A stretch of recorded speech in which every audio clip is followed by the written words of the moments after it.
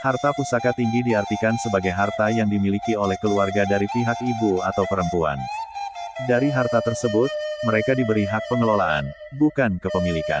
Hasil dari hak pakai itu kemudian dibagi rata sesuai dengan jumlah kerabat dalam satu keluarga. Harta pusaka tinggi diawasi oleh seorang pemuka adat.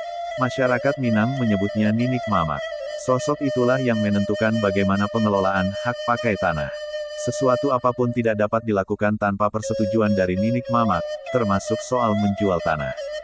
Jadi, kalau tidak seizin Ninik Mamak, tidak boleh dijual oleh kerabat.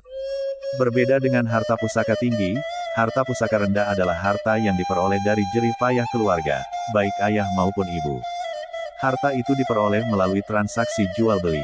Karena harta tersebut dapat diperjualbelikan, umumnya harta pusaka rendah dibuatkan sertifikat, misalnya, tanah. Meski memiliki pengertian berbeda, harta pusaka tetap menyimpan artian khusus. Menjual tanah pusaka bukan kebiasaan masyarakat Minang. Apalagi alasan jual adalah untuk bermewah-mewahan. Bisa jadi cemoohan, jika menjual tanah ke tetangga untuk membeli harta bergerak seperti kendaraan. Oh, hasil jual tanah toh. Tabu kalau jual tanah ke sesama warga. Kata Irwandi lagi. Sebagai masyarakat yang menganut sistem adat matrilineal, masyarakat Minang memberi kekuasaan lebih kepada kaum perempuan. Termasuk soal tanah. Harta tersebut diyakini sebagai sebuah keamanan sosial bagi perempuan. Ahli Hukum Agraria Fakultas Hukum Universitas Andalas Kurnia Warman menyebut bahwa istilah matrilineal juga berarti matrilokal. Artinya, perempuan yang sudah menikah mesti membangun basis keluarga di ranah lokal. Jadi, perempuan Minang itu wajib punya tanah karena dia menjadikan lokalnya sebagai basis keluarganya. Kalau dia tidak punya tanah, maka nasib yang menyedihkanlah bagi orang Minang. Kecuali kalau dia tinggal tidak di komunitasnya. Dalam adat Minangkabau, perempuan dinilai sebagai pihak yang paling rentan di lingkungan sosial masyarakat. Apalagi jika menjual tanah pusaka. Kendati demikian, Kurnia tidak setuju dengan anggapan bahwa tanah pusaka menjadi penyebab mandeknya pengerjaan proyek jalan tol Padang-Sicincin.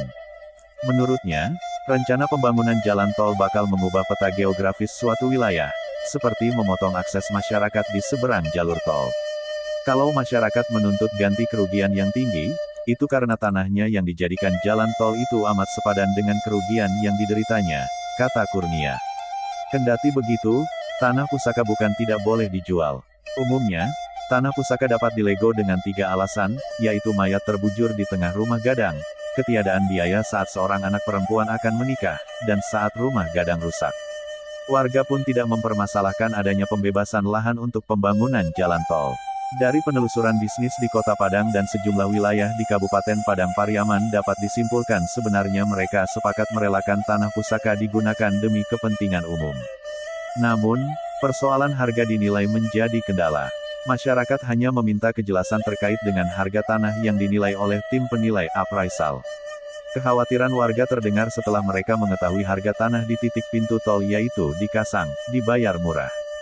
Intinya kami setuju kalau harga cocok. Kami takut ini jebakan saja, membiarkan pembangunan tol tanpa pembayaran di muka, tutur Irwandi.